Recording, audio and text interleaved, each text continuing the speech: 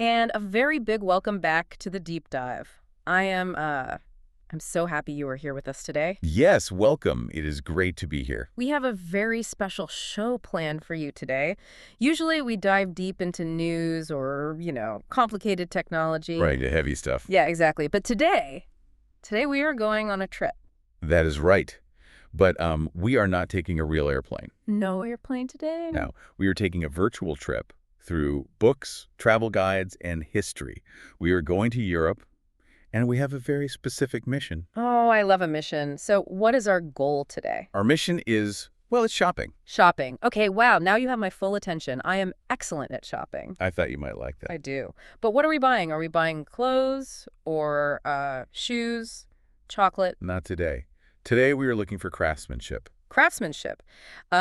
Wait, that is a big word for our listener. It is a big word, yeah. Let's unpack that. What does craftsmanship mean? It's a great word. It means things that are made by hand, things made with great skill and, care. Oh, I see. So not from a factory. Exactly. We're not looking for cheap plastic things made by machines. We're looking for beautiful things made by people. Specifically, glass and porcelain. Glass and porcelain. So we are looking for treasures for the home, things that make a house look beautiful. Right. And we have a very busy itinerary. We're going to visit Italy, Finland, Austria, Germany, Hungary, and the Czech Republic. Wow. That is 6 countries. We better get started then. Where's our first stop? Our first stop is Italy. But we are not going to Rome or Milan. We are going to a small island called Murano. Murano. That sounds very musical. Where is this island? It is very close to Venice. Do you know Venice? The famous city with water instead of streets? Yes. The city with the boats, right? The gondolas. Exactly. Murano is an island about 1 mile away from Venice. And it is famous for one thing, glass. Just glass. Why is this one little island so famous for glass? Well, this is where the history gets really interesting. We have to go back a long time, back to the year 1291. 1291. That is more than 700 years ago. Yes, a very long time. At that time, all the glassmakers lived in the main city of Venice. But glass ovens, the places where they melt the glass, are very, very hot. Oh, I think I see the problem. Yeah. And in 1291, the houses in Venice were made of wood. Hot ovens plus wooden houses. That sounds like a terrible fire hazard. It was very dangerous. The government was terrified that the city would burn down. So they made a law. What did the law say? They said all glassmakers must move. You must take your hot ovens to that island over there. So they were forced to move to Murano, Yes. just for safety. Yes. But there was another reason, too. A secret reason. Oh, I love secrets. Tell me. Venice wanted to protect its secrets. They made the most beautiful glass in the world. They didn't want the glassmakers to travel and tell other people how to do it. Oh, wow. So putting them on an island was almost like a prison for artists. They couldn't leave. That is intense. But I guess because they were all stuck together on an island, they learned from each other. Exactly. They shared secrets, they competed, and they created a very specific style. Murano glass is famous for being very, very colorful. Colorful. I like that. When I look at the pictures in our research, I see bright reds and blues and yellows. It looks very happy. It is very happy. There is a famous style they make called millefiori. Millefiori. That is a beautiful Italian word. What does it mean in English? It is quite simple. Mille means 1,000, and fiori means flowers. So it means 1,000 flowers. Yes, 1,000 flowers. The glass looks like it is covered in tiny, colorful flowers. It is like a garden made of glass. That sounds lovely. But here is my worry. When I go shopping, I don't want to buy a fake. I want the real thing. That is a very smart worry. How do we know if a piece of glass is really from Murano? That is the most important question for a shopper. There are 3 tips to spot the real thing. Okay, I'm ready. What is tip number 1? Tip number 1 is very surprising. Yeah. You need to look for imperfections. Imperfections, you mean mistakes? Yes, small mistakes. Wait a minute. If I'm spending a lot of money, don't I want it to be perfect? Usually, yes. But think about it. If a machine makes a glass cup, it is perfect. Every cup is exactly the same. Right. Machines make perfect copies. But Murano glass is made by a human. A person blows air into the hot glass. Like blowing up a balloon. Exactly, like a balloon. And because a human is doing it, sometimes there are tiny air bubbles trapped inside the glass. So if I see a small bubble, that is actually a good thing. Yes, it is proof that a person made it. It's like a signature. If it's too perfect, it might be a fake made by a machine. I really like that. The mistake makes it special. Okay, what is tip number 2? Tip number 2 is to look for the pointil mark. Pointil mark. That is a new vocabulary word. Can you explain it simply? Sure. Imagine the glassmaker is working. He holds the hot glass on the end of a long metal stick. This stick is called the pointil. Okay, so he is holding the stick with the glass on the end. Right. When the vase is finished, he has to take it off the stick. He has to break the glass off the metal. Snap it off. Yes. And when he breaks it off, it leaves a small scar on the bottom of the vase. It feels a little rough. A scar. Think of it like a belly button. A belly button. Yeah. Everyone has a belly button because we were attached to our mothers. The vase has a belly button because it was attached to the stick. That is such a great comparison. So I should pick up the vase and feel the bottom. If I feel a rough spot at the belly button, it is real. Exactly. And tip number 3 is the easiest. Just look for a sticker or a label. It should say, Vetro Artistico Murano. Okay. Buttons are good. Belly buttons are good. And check the label. I'm ready to buy Italian glass. Excellent. But pack your bags because we are leaving sunny Italy. We're traveling north. Is it getting colder? Much colder.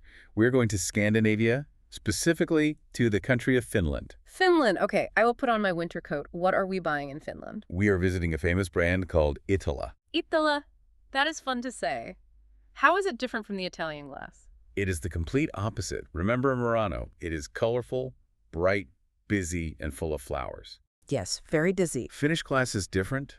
It is simple, it is clear, it is very quiet. Simple and clean. I like that style too. It feels very modern. It does look modern, but the most famous item is actually from the year 1936. 1936, that is almost 100 years ago. But it still looks cool today. Yes, that is what we call timeless. It never looks old. The famous item is called the Altovase. Altovase. Can you describe it for our listeners? What does it look like? Imagine looking at a lake in Finland. The edge of the lake is not straight. It is curvy. It is wavy. With water. Yes. The vase looks like a wavy lake. It has beautiful, soft curves. That sounds very peaceful. It looks peaceful. But making it, that is not peaceful at all. It is very hard work. Why is it hard? It looks so simple. Because hot glass naturally wants to be round. It wants to be a simple bubble. To make it wavy, you have to fight the glass. Oh, I never thought of that.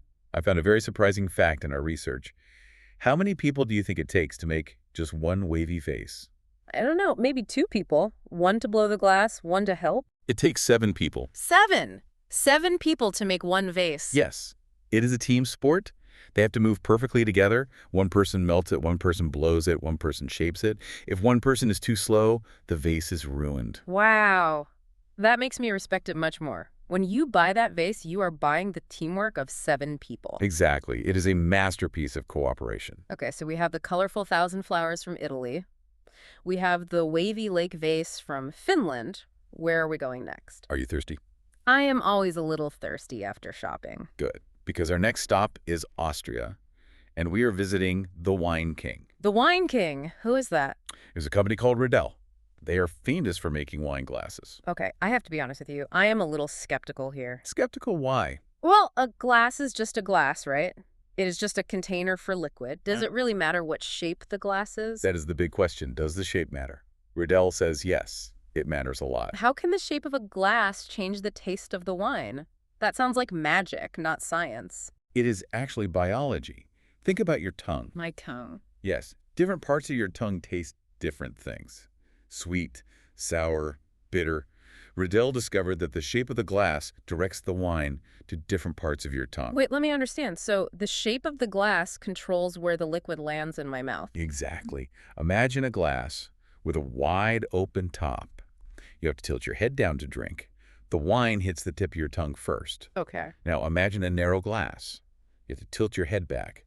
The wine shoots to the back of your mouth. Oh, that makes sense. So if I drink red wine, I need a specific glass. Yes. They have different glasses for different grapes. If you drink a light red wine like Pinot Noir, you need one shape. If you drink a heavy wine like Cabernet, you need a completely different shape. Wow. It is very scientific. It is. They treat glassmaking like a laboratory. They even have a very fancy collection called the Sommelier Black Series. Sommelier. That is a French word we use in English. It means a wine expert, right? Yes, a wine expert. These glasses are handmade, very thin, and very expensive. I think I would be afraid to wash them. I would be scared to break them. You definitely have to be careful. But now, let's leave the clear glass for a moment. We are going to look at a different material. We are going to look at porcelain. Porcelain. That is a beautiful word. Can you explain what it is for our learners? Porcelain is a type of ceramic. It is made from clay. You bake the clay in a very, very hot fire. It becomes hard, white, and shiny. In the old days, people called it white gold. White gold. It sounds valuable. It was very valuable. For a long time, only people in China knew how to make it. Kings and queens in Europe tried to copy it, but they couldn't figure out the recipe. So it was a mystery. Who figured it out first in Europe? The Germans. We are going to a town called Meissen in Germany. Meissen. Why are we going there? Because in the year 1710, a man in Meissen finally figured out the secret. He made the first hard, white porcelain in Europe. So Meissen is the oldest. Yes, if you want to buy Meissen porcelain today, you need to look for their logo. What is the logo? It is two blue swords crossed together. It looks like a shield or a knight's symbol. Blue cross swords. Got it. And what do they make? Just plates? They make plates, cups, and statues.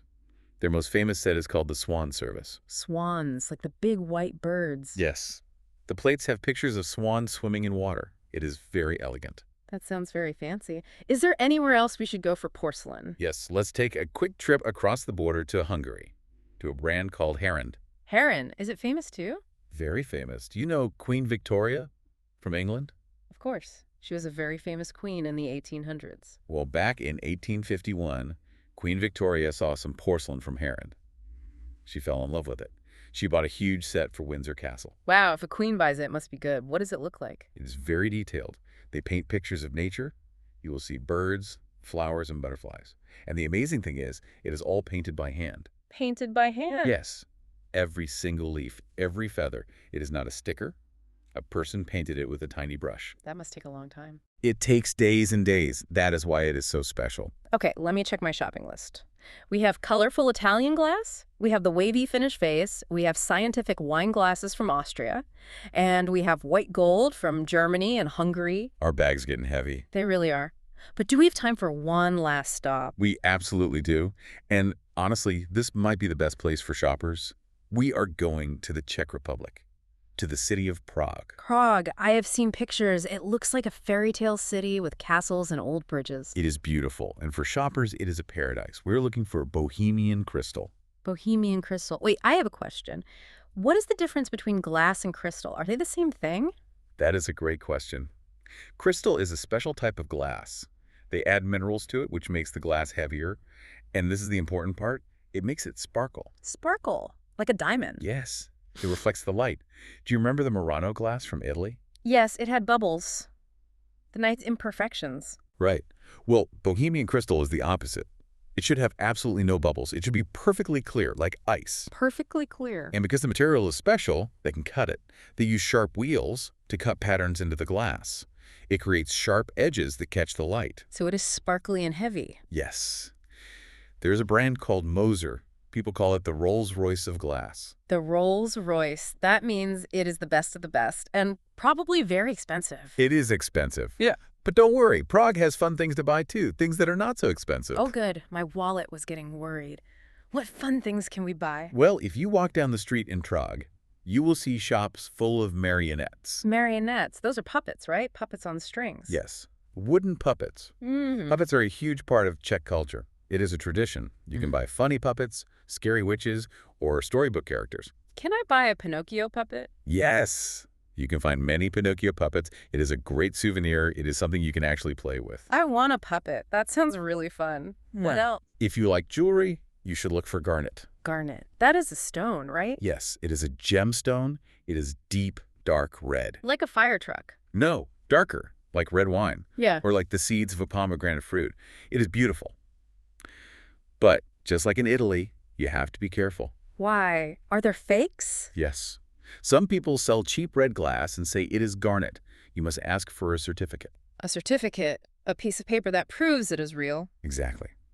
Always ask for the paper. So, Now I have one last thing for you to buy in Prague. And this is the weirdest thing on our list. weirder than wooden puppets. Yes. The Czech people love beer. They drink a lot of beer. I have heard that. Well, you can buy beer glasses. But you can also buy beer shampoo Wait, shampoo for washing my hair. Yes. Made of beer. Yes. That is so funny. But does it make you smell like a bar? Surprisingly, no.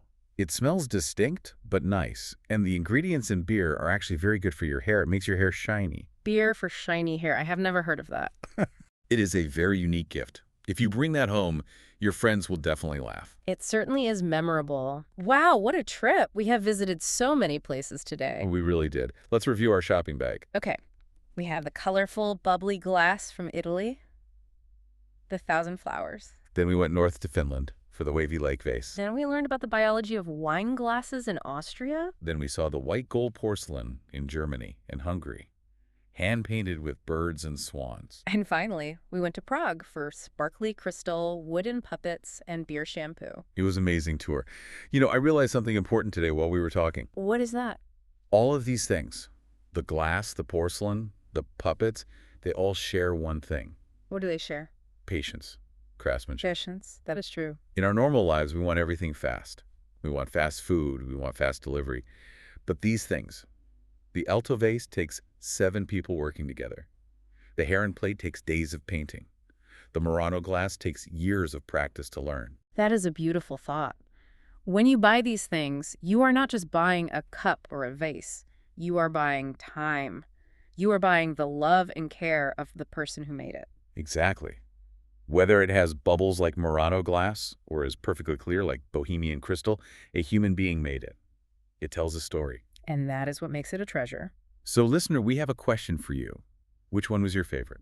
Yes, you have to choose. Did you like the colorful Italian glass? Or did you like the simple Finnish vase? Or maybe you like the funny puppet or the beer shampoo? It is hard to choose. I think I want the puppet. I think I want the scientific wine glasses. Well, thank you for traveling with us today. We hope you learned some new words and learned a little bit about beautiful European things. And remember, keep practicing your English every day. Just like the glassmakers practice their art, you must practice your language. That is right. Little by little, step by step, you will get better. But before we go, here is one last thought for you. Oh, what is it? It makes you wonder, hundreds of years from now, when people look back at our time, what will they put in a museum? Will they save our cheap plastic cups? Or will they only remember these beautiful handmade treasures? That is a great question to think about. Something to think about while you practice your English. Goodbye, travelers. See you next time.